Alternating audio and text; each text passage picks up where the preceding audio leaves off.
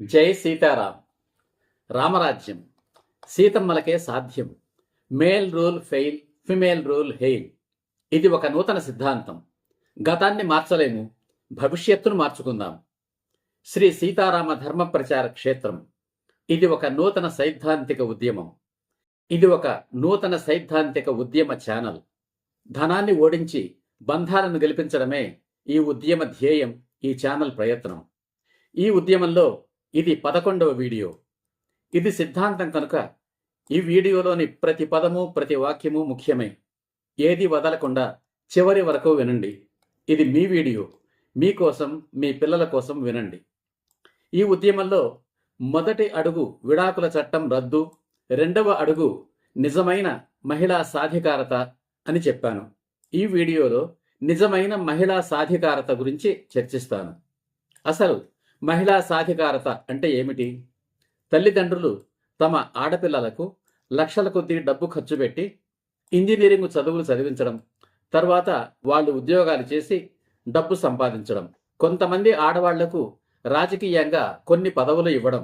ఇదే ప్రస్తుతం మన దేశంలో మహిళా సాధికారత అంటే అర్థం.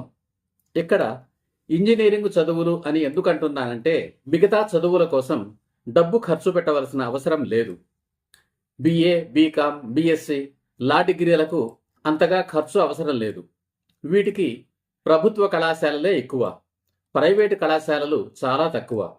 ఈ డిగ్రీలతో పోటీ పరీక్షలు వ్రాసి ప్రభుత్వ ఉపాధ్యాయులుగాను, కేంద్ర రాష్ట్ర ప్రభుత్వ ఉద్యోగులుగాను, బ్యాంకుల్లోనూ, రైల్వే, ఎల్ఐసి వంటి సంస్థల్లోనూ ఉద్యోగాలకు ప్రయత్నించవచ్చు. కానీ అందరి దృష్టి సాఫ్ట్వేర్ రంగం మీదనే. సివిల్, మెకానికల్ వంటి సంప్రదాయ ఇంజనీరింగ్ కోర్సులు కూడా వెనుకబడ్డాయి. మహిళలు చదవవలసింది వైద్య శాస్త్రం. కానీ వైద్య విద్య చాలా ఖరీదైనది, అందరూ చదువులేనిది. ఒకప్పుడు కేవలం ధనిక వర్గాలకే పరిమితమై ఉండేది. ఈ రోజుల్లో అయితే కోట్లలో డబ్బు గాని, మంచి మెరిట్ గాని ఉండాలి. అందుకే అవి అందరికీ అందని ద్రాక్ష పళ్ళయ్యాయి. మహిళలు చదవవలసింది నర్సింగ్. ఇది కూడా వైద్య వృత్తికి సంబంధమే. దీనికి ఓర్పు, సహనం కావాలి. మహిళలకు ఉన్నవే అవి. అందరికంటే ఎక్కువగా కేరళ మహిళలు నర్సింగ్ వృత్తికి ముందుకు వస్తారు. అందుకు వారిని అభినందించాలి. మహిళలు ముఖ్యంగా చదవవలసింది న్యాయశాస్త్రం. కారణం, ఆడవాళ్లందరూ దేవతలే కాని అమాయకులు. ప్రపంచంలో అందరికంటే ఎక్కువగా అన్యాయానికి బలవుతున్నది వాళ్లే. తమను కాపాడుకోవలసింది తామే. కాని ఎక్కడో తప్ప ఆడపిల్లలు న్యాయశాస్త్ర విద్య జోలికే పోవడం లేదు. మహిళలు న్యాయవాద వృత్తిలోకి రావడం వల్ల స్త్రీలకే కాదు, సమాజానికి కూడా నిజమైన న్యాయం అందుతుంది. న్యాయదేవతగా స్త్రీమూర్తినే నిలిపారు. బహుశా అందుకేనేమో. మహిళలు ఉపాధ్యాయ వృత్తి కోసం చదవాలి. ఆడపిల్లలకు మహిళా ఉపాధ్యాయులే చదువులు చెప్పాలి. అందువల్ల ఆడపిల్లలకు రక్షణ కలుగుతుంది. పురుష ఉపాధ్యాయులు మగపిల్లలకు చదువులు చెప్పాలి. ఆడపిల్లలకు తోటి పురుష విద్యార్థులు, పురుష ఉపాధ్యాయులతో కూడా ఎప్పుడూ ప్రమాదమే. అంతేకాదు, ఆడపిల్లలకే కాక మహిళా ఉపాధ్యాయులకు కూడా కో ఎడ్యుకేషన్ ఎప్పుడూ ప్రమాదకరమే. పురుష ఉపాధ్యాయులందరూ చెడ్డవారు అని కాదు, కానీ ఎవరు మంచివారో, ఎవరు చెడ్డవారో పరిశీలించవలసిన అవసరం లేదు. అవకాశం దొరికితే అందరూ చెడ్డవారే. రావణాసురులందరూ శ్రీరామచంద్రుల ముసుగులోనే ఉంటారు. దొరికితేనే దొంగలు, దొరికితేనే రాక్షసులు. దొరికేంత వరకు ఎంతమంది ఆడపిల్లలు బలి కావాలో అందులో మన ఆడపిల్ల ఉండొచ్చు, ఉండకపోవచ్చు. చెడ్డవాడు అని తెలుసుకోవడానికి ఒక తండ్రి తన కూతురిని బలి చేయాలా? ముందు జాగ్రత్త అవసరం లేదా? తన కూతురికి ప్రమాదం జరిగితేనే తాను ప్రతిస్పందించే తత్వం పోవాలి. ముఖ్యంగా ఆడపిల్లల్ని కన్న తండ్రులకు. ఇంజనీరింగ్ అంటే ఐటీ సంబంధిత కంప్యూటర్ ఇంజనీరింగ్. దానికైతే మెరిట్ గాని, డబ్బు గాని మరీ ఎక్కువగా అవసరం లేదు. మామూలు మధ్యతరగతి వాళ్ళు కూడా కొంచెం కష్టపడో, కొద్దో గొప్పో అప్పు చేసో చదివించేస్తారు. వాళ్లే నేటి ఇంజనీరింగ్ కాలేజీల లక్ష్యాలు, అంటే టార్గెట్లు. ప్రైవేటు కాలేజీలకు బంగారు గుడ్లు పెట్టే బాతులు. స్త్రీలు చదువుకోవడం తప్పు కాదు, తప్పకుండా చదువుకోవాలి. విజ్ఞాన సముపార్జన చెయ్యాలి. మంచి ఏమిటో, చెడు ఏమిటో గ్రహించాలి. మంచిని ప్రోత్సహించాలి, చెడును నిరసించాలి. ప్రతి మహిళ తన విజ్ఞానంతో, విజ్ఞానం ఇచ్చిన వివేకంతో తన భర్త దారి తప్పకుండా కాపాడుకోవాలి. పిల్లలను మంచి పౌరులుగా, దేశభక్తులుగా పెంచాలి. వాళ్లను శ్రీరామచంద్రులుగా తీర్చిదిద్దుకోవాలి.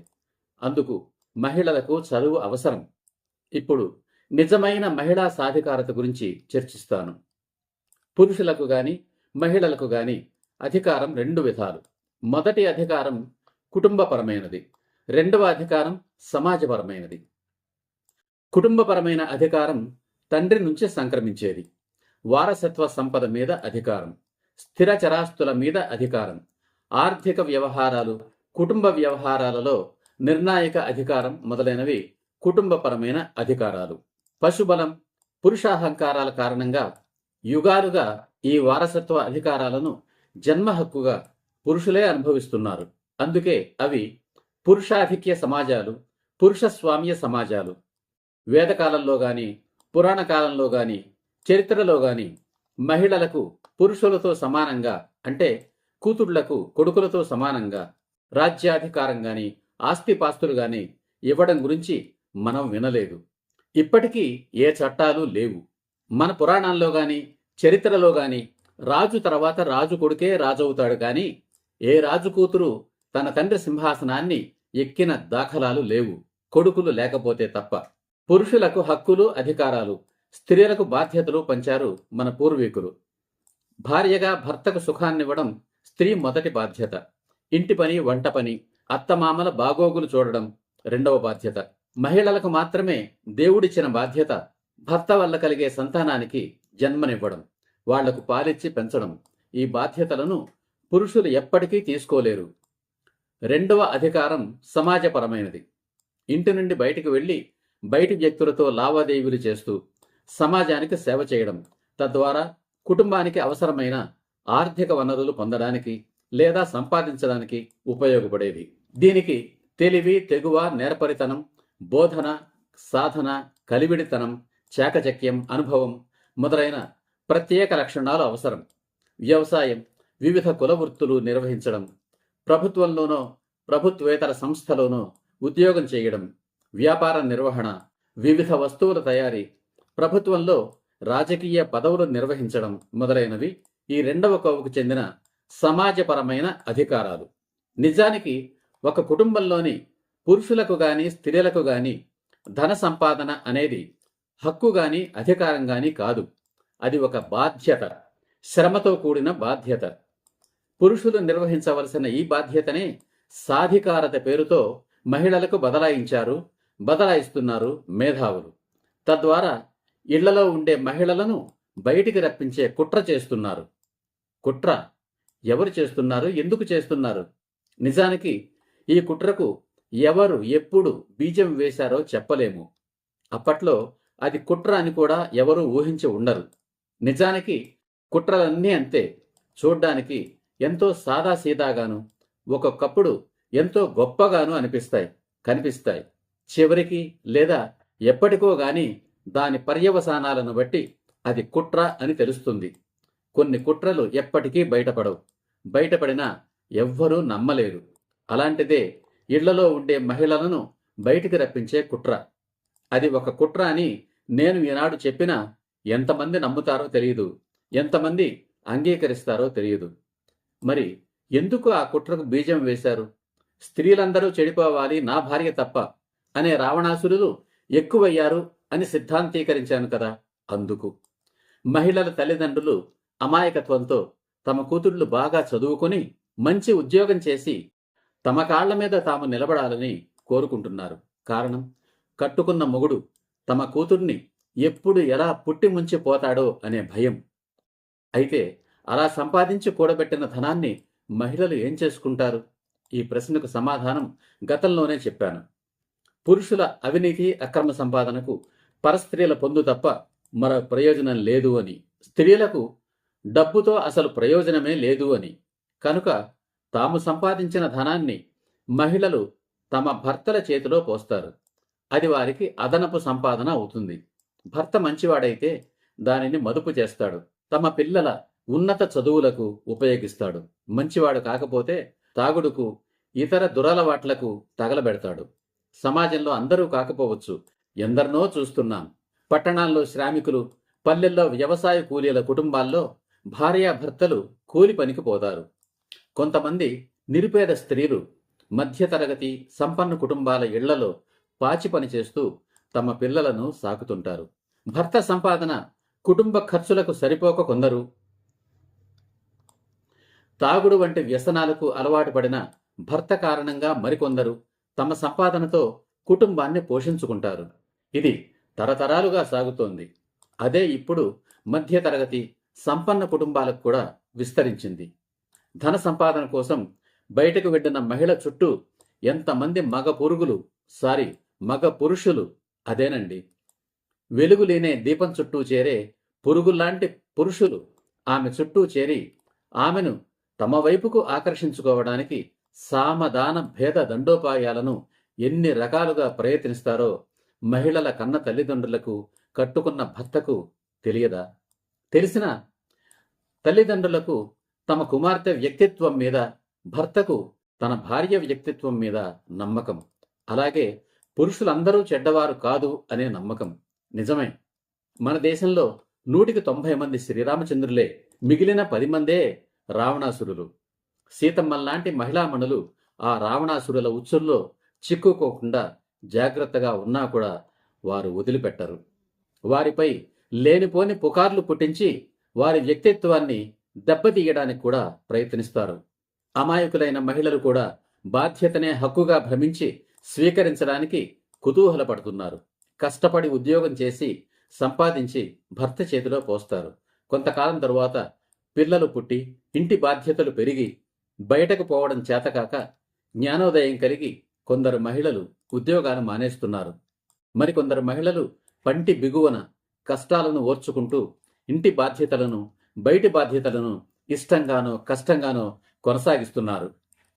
ఉద్యోగం చేసే క్రమంలో పొరపాటునో గ్రహపాటునో ఎవరైనా ఒక మహిళామ తల్లి పరపురుషుడి మాయాజాలంలో పడిందా, ఇక ఆమె జీవితం గోవింద. చెడిపోయిన పెళ్ళాన్ని నాకొద్దు పొమ్మంటాడు మొగుడు. మాకు చెడబుట్టావు అంటారు తల్లిదండ్రులు. ఎవడో మేధావి చెప్పాడని బయటికి వెళ్లి ఉద్యోగం చేయమని ప్రోత్సహించిన తల్లిదండ్రులు తన వ్యసనాలకు అవసరమైన అదనపు డబ్బు కోసం బయటికి పోయి ఉద్యోగం చేయమన్న మొగుడు బాగానే ఉంటారు. పాపం అమాయకురాలైన ఆ మహిళ బలైపోతుంది. ఇవన్నీ ఆ మహిళామ తల్లికి అవసరమా? అసలు ఇదంతా ఎందుకు జరుగుతోంది? భగవంతుడు స్త్రీకి పిల్లల్ని కనిపెంచే బాధ్యతను అప్పగించాడు. దానికి తోడు సంసారాన్ని గడపడానికి బయటకు వెళ్లి కష్టపడి సంపాదించే బాధ్యతను తల్లిదండ్రులు తమ కూతుళ్లకు ఎందుకు అప్పగిస్తున్నారు? ఎంతో మంది బాధ్యత మరచిన పురుషుల భార్యలు పడే కష్టాలు చూసి తమ కూతుళ్లు కూడా అలా కష్టాల పాలు కాకుండా ఉండాలని తల్లిదండ్రులు తమ కూతుళ్లకు చదువులు చెప్పించి ఉద్యోగాలు చేయమని ప్రోత్సహిస్తున్నారు. తమ కూతుళ్లను పెనం మీద నుంచి పొయ్యి లోపలికి తోసేస్తున్నారు. స్త్రీ త్యాగజీవి. భర్తగా ఒక పురుషునికి సుఖాన్నిస్తుంది. తల్లిగా మరొక పురుషునికి జన్మనిస్తుంది. ఆడపిల్లకు జన్మనివ్వడం ద్వారా ఇంకొక పురుషునికి భార్యనిస్తుంది. ఎంతమంది పురుషులు తమ తల్లికి భార్యకు న్యాయం చేస్తున్నారు? ఎంతమంది పురుషులు వాళ్ళ రుణం తీర్చుకుంటున్నారు? ఎంతమంది పురుషులు వాళ్ళు ధైర్యంగా గర్వంగా బ్రతికేలా చూస్తున్నారు? మహిళా సాధికారత గురించి ఇంకా చర్చించవలసింది ఉంది. మిగతాది 12వ వీడియోలో చర్చిస్తాను. ఈ సరికొత్త సిద్ధాంతం, ఈ సరికొత్త ఉద్యమం, ఈ సరికొత్త సత్యాగ్రహ సమరం నచ్చితే ఈ ఉద్యమంలో పాలు పంచుకోండి. పాలు పంచుకోవడానికి మీరేమీ రోడ్లెక్కక్కర్లేదు, ధర్నాలు చేయక్కర్లేదు. వెంటనే లైక్ చేయండి.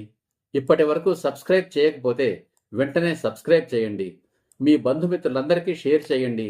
లైక్ చేయించండి, షేర్ చేయించండి, సబ్స్క్రైబ్ చేయించండి. జై హింద్, జై సీతారాం.